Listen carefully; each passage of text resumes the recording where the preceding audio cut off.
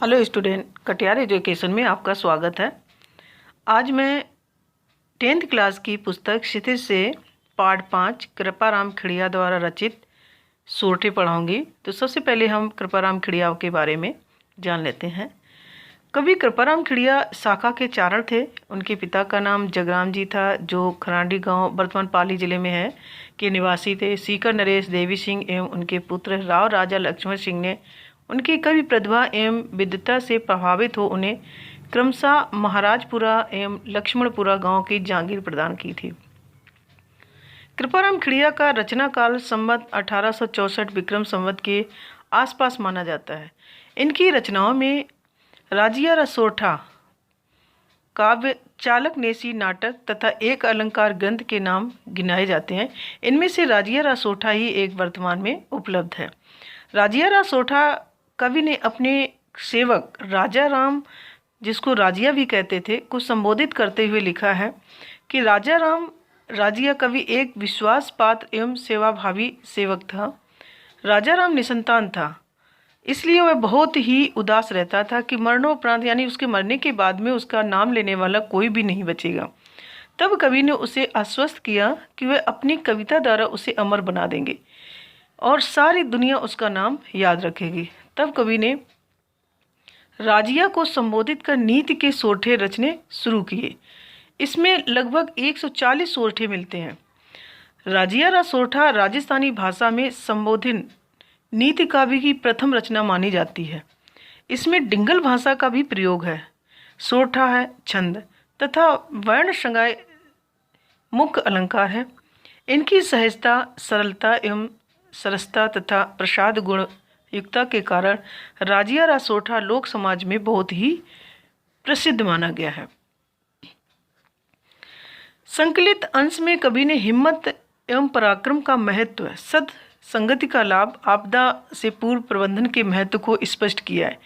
इनमें मानव जीवन में वाणी को महत्वपूर्ण बताते हुए सोच समझकर एवं मधुर वचन बोलने का उपदेश दिया गया है। कवि के अनुसार एक आदर्श समाज में गुणों की पूजा होनी चाहिए। इन सोरठों में कवि की विद्वता, बहुज्ञता एवं अनुभव की व्यापकता प्रकट होती है।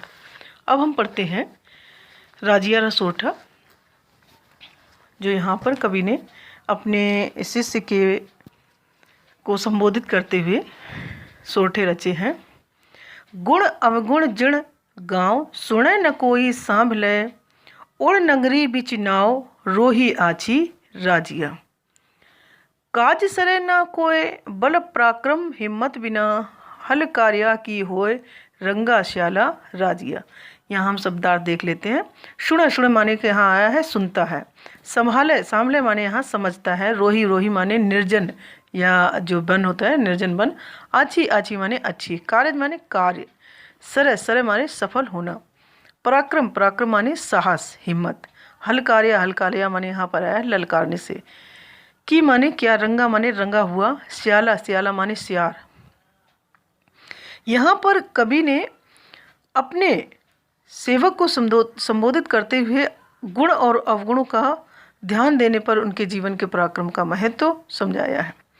गुण अवगुण जिण गाँव, सुनना कोई शामले। कवि कहते हैं कि जिस गांव या समाज में कोई भी गुण अवगुण पर ध्यान नहीं देता हो और ना ही उसे समझ पाता हो, उस गांव या समाज में रहने से तो अच्छा है निर्जन वन में रहना चाहिए। उन नगरी बीच गांव, रोई आछी राजिया।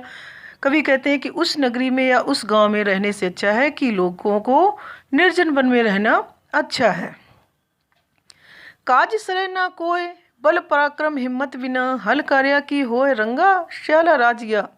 यहाँ कवि कहना चाहते हैं कि जीवन में बिना बल और पराक्रम के किसी भी कार्य में सफलता नहीं मिलती है। कोई भी काम करोगे तो उसको हिम्मत के बिना और बल के बिना या पराक्रम के बिना कोई भी कार्य सफल नहीं होता है।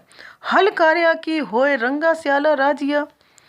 कवि कहते हैं कि जिस प्रकार से जो रंगे हुए सियार या पराक्रम का ढोंग करने वाले जो लोग होते हैं, उन्हें कितना भी ललकारो या उकसाओ, वे असफलता के भय से कभी आगे नहीं आते हैं। मिले सिए बन माहे, किण मिर्गा मृग पत कियो, जो राबर अति जाए, रहे उरदगत राजिया। आछा जुद अड़पार धाड़ खगा सन्मुख धसे भोगे हुए भरताल रसा जिके नर राजिया। यहाँ सी माने सिंह के लिए कहा गया है, किण माने किन, मृगा माने पशुओं ने, मृगपत, मृगपत माने यहाँ पशुओं का राजा है जो शेर होता है। जोरावर, जोरावर माने बलवान या ताकतवर।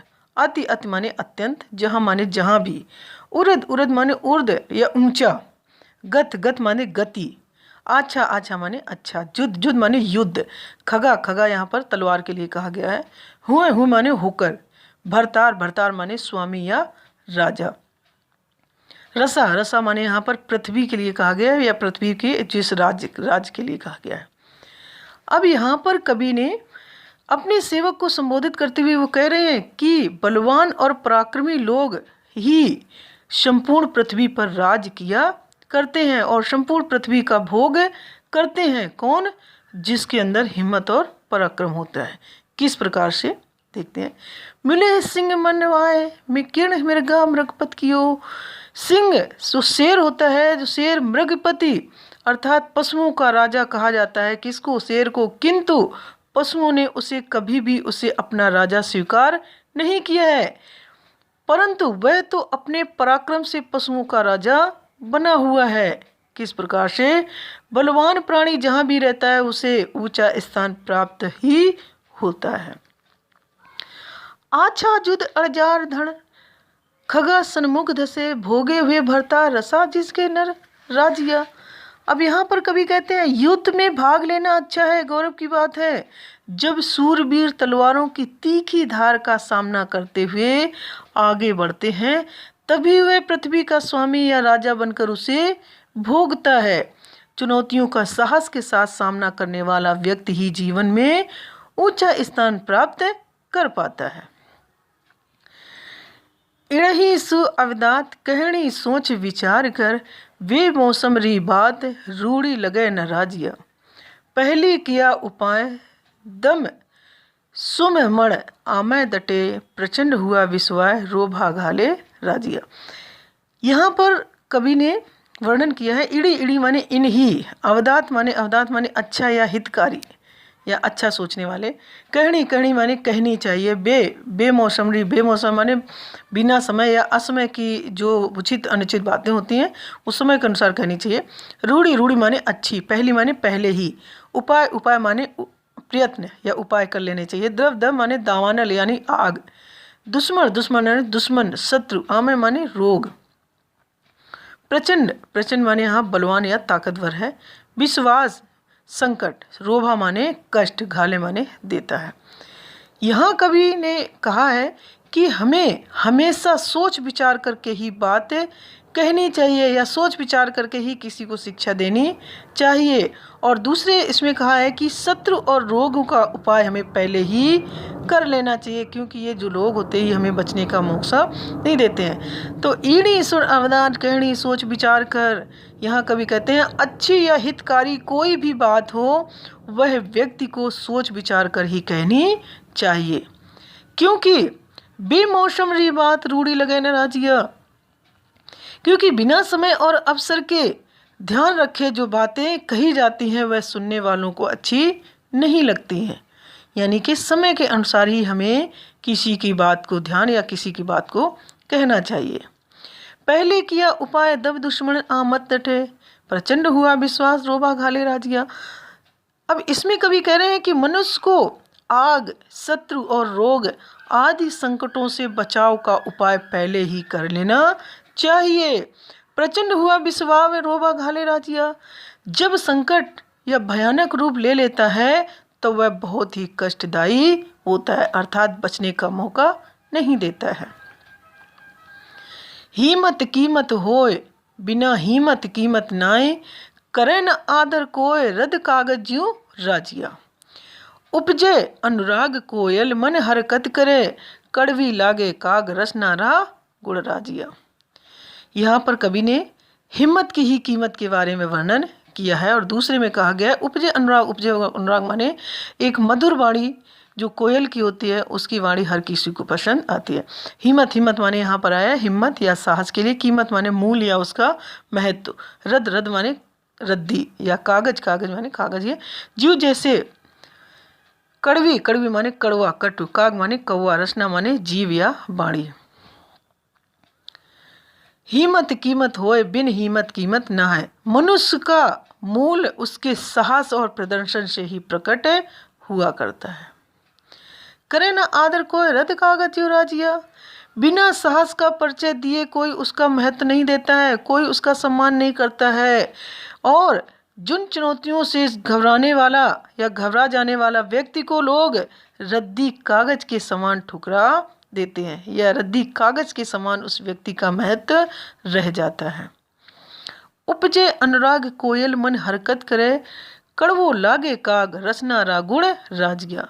यहाँ कवि कहते हैं कि कोयल अपनी मधुर वाणी से सुनने वालों के मन में प्रेम भाव और प्रसन्नता भर देती है, किंतु कड़वो लागे काग रसना रागुण राज गया, किंतु कौवे की कर्कश गाँव गाँव कानों को कड़वी लगा करती है।